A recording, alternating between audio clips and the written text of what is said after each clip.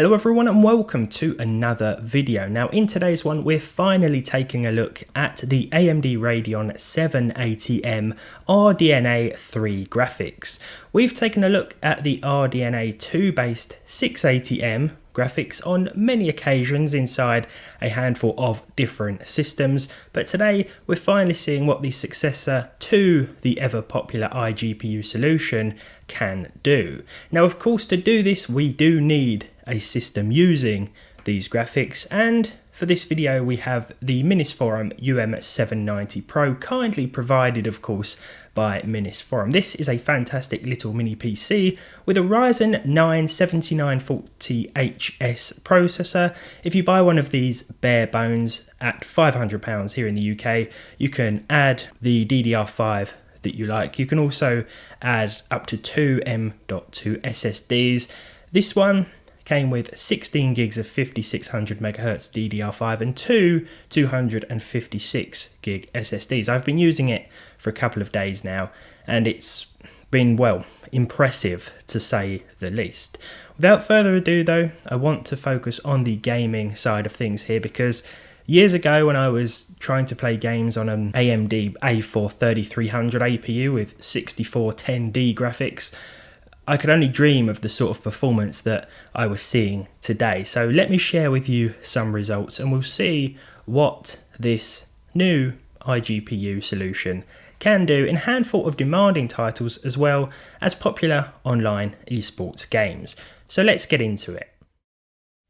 Now before getting into the gaming results, I did make a couple of changes to the BIOS. I set the power mode to performance as opposed to balanced, and I also set the dedicated VRAM amount to 4 gigs. This is adjustable, but with 16 gigs of system memory, I thought this was a pretty nice place to be and a sensible place to be as well.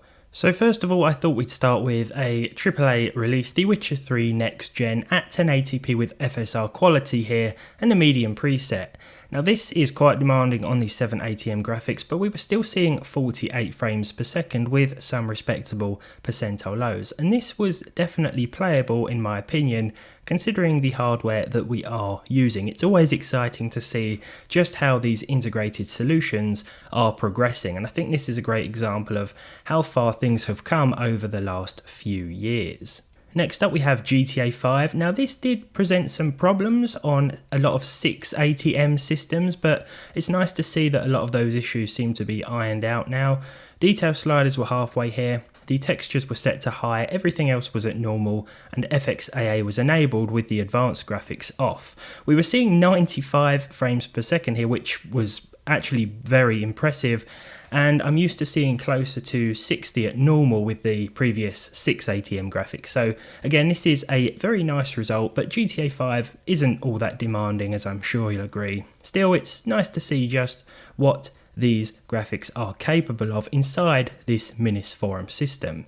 Next up we have Valorant. This isn't the most demanding game in the world, I'm sure you'll agree, but it definitely is fun to play, and it's nice to see it running at 1080p with the highest settings on this Minisforum system with almost 200 frames per second, 199 FPS on average, with a solid 1% low and a 56 frames per second 0.1% low, which pretty much reflected every time I got wiped out.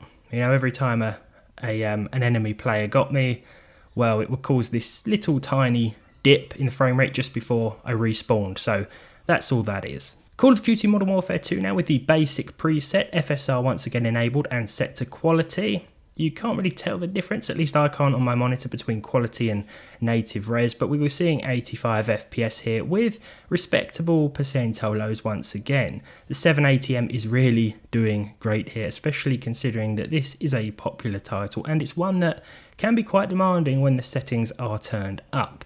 Basic preset ensures that 1080p native is retained as well, unlike the minimal preset which turns things down to about 540p if I remember correctly. For Fortnite we were playing at 1080p with the standard DX12 rendering mode and the medium preset. Medium will turn the res scale down slightly, I think to 87%, so I turned it back up to 100. TAA was also enabled, and here we were seeing 86 frames per second with decent percentile lows in and around this area. this is another solid result for the 780M graphics and the little Minisforum PC, but if you wanted higher performance, you could of course turn things down to low or enable the performance rendering mode. Cyberpunk 2077, well, I was particularly worried about this. However, at 1080p with FSR quality and the lowest settings, we saw 60 FPS, and I was definitely very impressed by this, especially considering that the frame rate held fairly steady, even in those busier areas. We could probably afford to turn a few things up to medium and potentially set the textures to high, especially if we have more system memory in the PC. Of course, if you buy the bare bones kit, you can do that and then assign 6 gigs to the VRAM instead of 4, but that's something else worth bearing in mind. Forza Horizon 5, well, this one really impressed me. I played at the high preset with TAA here. We did get a low VRAM warning as expected, but even so, we still saw 64 frames per second with some solid percentile lows. I think because I did limit the VRAM to 4 gigs, we did see a couple of dips and drops here and there, but it was nothing major, though you might be able to pick it up on the footage.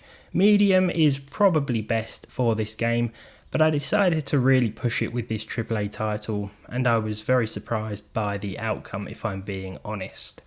Some nice improvements over the 680M, but I'll have some comparisons for sure in another video. Red Dead Redemption 2 does have FSR, but I decided to stick with 1080p native here, ultra textures, medium TAA, and everything else lowest. Even so, we were getting a better experience than you'll find on any modern console frame rate wise at the moment. I don't know if there's going to be a patch at some point for 60 FPS, who knows. But in the meantime, 30 FPS is all you'll get, even from the Series X and PS5. So with 47 at native 1080p and the ultra textures, it does look very good and it plays quite well as well. Impressive considering the scope of this game, if you ask me. Apex Legends, 1080p with the medium textures, everything else was set to lowest. TSAA was enabled, almost 100 FPS here, 99 was the average. A few little dips and drops, I think because we turned the texture quality up a little bit, but if you wanted to set everything to low, including the textures, you could expect over 100, perhaps closer to 120. And that's worth bearing in mind due to the competitive nature of this game. Finally then, yes, the 780M does support ray tracing, so we could fire up Minecraft RTX, no problems here. Although when I say no problems, there were some problems, namely in terms of the performance. At 720p, with the fancy settings and ray tracing enabled, we saw just 20 FPS, but this is 19 FPS more than I was expecting with an integrated solution. So yeah, the 780M can do ray tracing, and in games like Cyberpunk, where you can enable FSR, you are going to see some improvements to your frame rates, but probably not worth enabling ray tracing when using the Radeon 780M, to be honest. Nice to know you can, if you want to. That's all for this one then. I hope you've enjoyed a look and quick review of the Minisforum UM790 Pro, as well as the 780M graphics. Very impressive, and I look forward to seeing these implemented and included with future PCs and laptops too. Let me know what you think of the performance down below in the comments. If you enjoyed this one, leave a like, leave a dislike if you didn't. Subscribe to the channel if you haven't done so already, and hopefully I'll see all of you in the next one.